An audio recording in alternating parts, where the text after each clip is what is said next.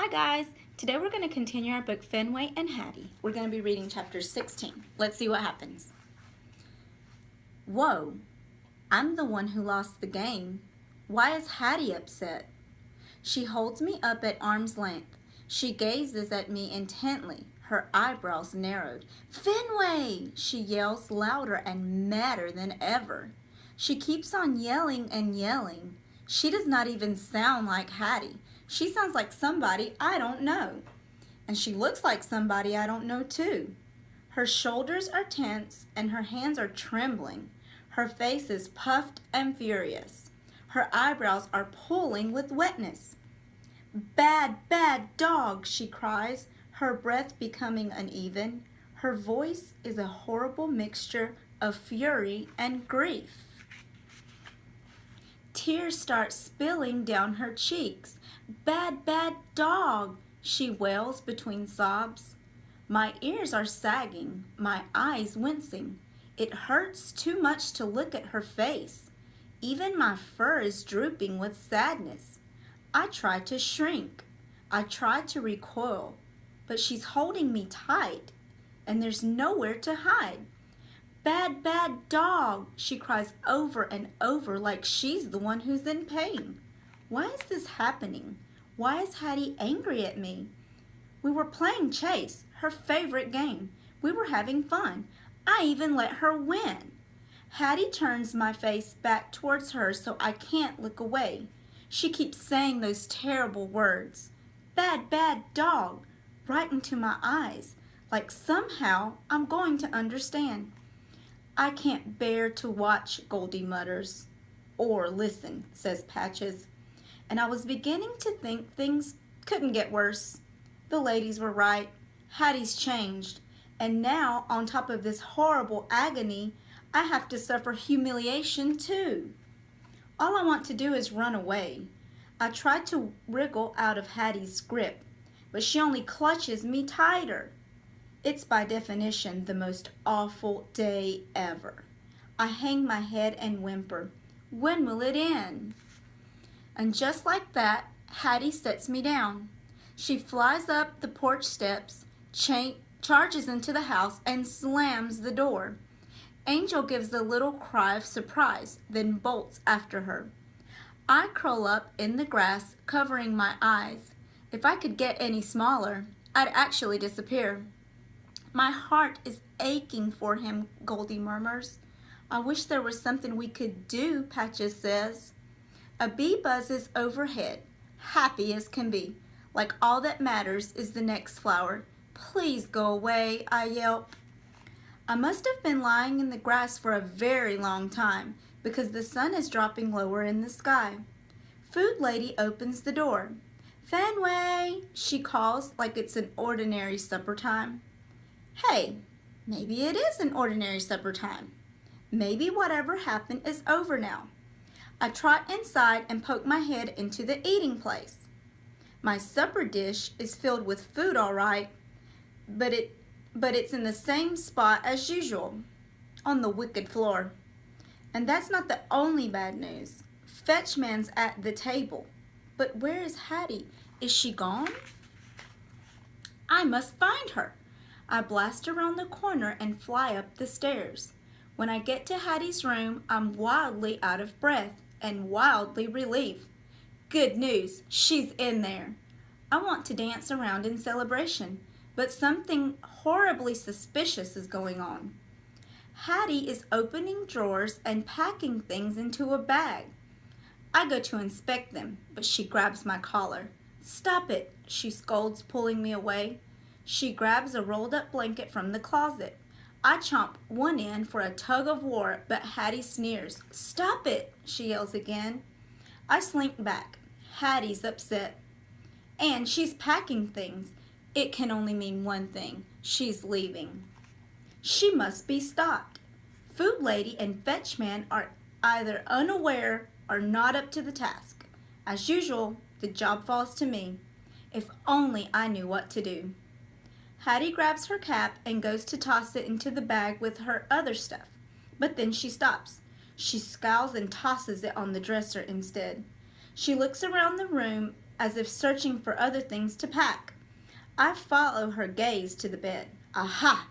The used-to-be bear. That's how I'll stop her. I bound up and snatch it. I hop off and run around the room. Ha! Hattie can't leave now. Hattie hurls the bulging bag over her shoulder.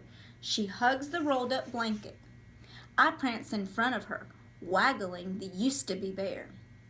I prepare to take off the moment she goes in for the chase, but she barely notices. She heads for the door and races down the hall. Whoa! How did that not work? I drop the used-to-be bear and race out of the room. It's all I can do to keep up with her. She dashes into the eating place where Fetch Man and Food Lady greet her with concerned faces and lots of chatter. Fetch Man's voice is soothing. Food Lady's sounds more like pleasing. Hattie clutches the blanket rolled to her chest. Her body is tense and trembling like her hackles are raised. She shouts angry words for a long time, tears sliding down her face. Finally, she stomps her foot. She glares at them, waiting for them to respond. But they are quiet. Fetch Man hangs his head, then looks up at Food Lady with sad eyes. She gazes back at him, her hand on her forehead. Fetch Man opens his mouth to say something, but doesn't. Food Lady's eyes get watery. What's wrong with them? Can't they see Hattie's running away? They're not even saying anything. Why aren't they trying to stop her? Food Lady shrugs her shoulders like she has no choice but to give up. Fetch Man sighs loudly and puts his arm around her. Let her go, he says.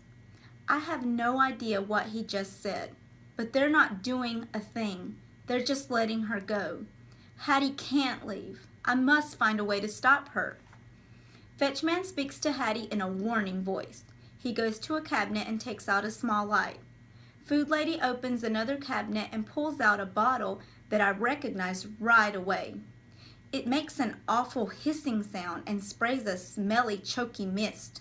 I back off, even though there's no way she can reach me.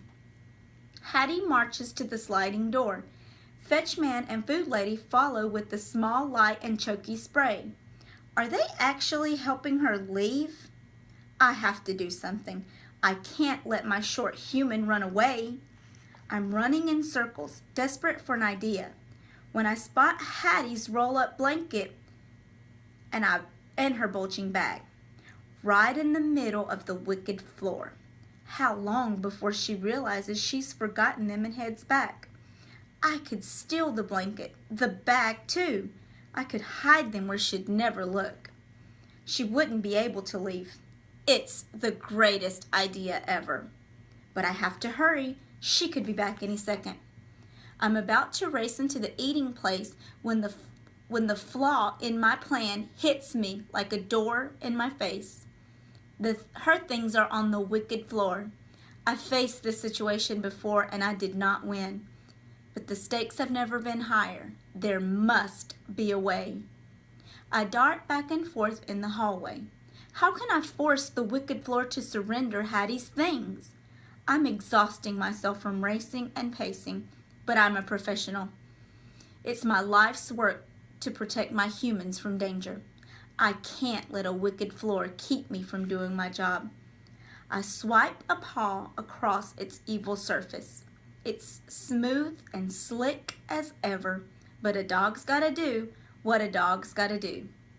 I plant both paws onto the floor's gleaming wickedness. Instantly, my brown paw slides away. The white one buckles awkwardly under my chest. I crumple, splat, across the doorway. Ouch, I yelp. Ee-yow, ee-yow. My hind claws dig into the carpeting. I ease myself back into the safety of the hall. I try to lick the soreness out of my paw. Too bad.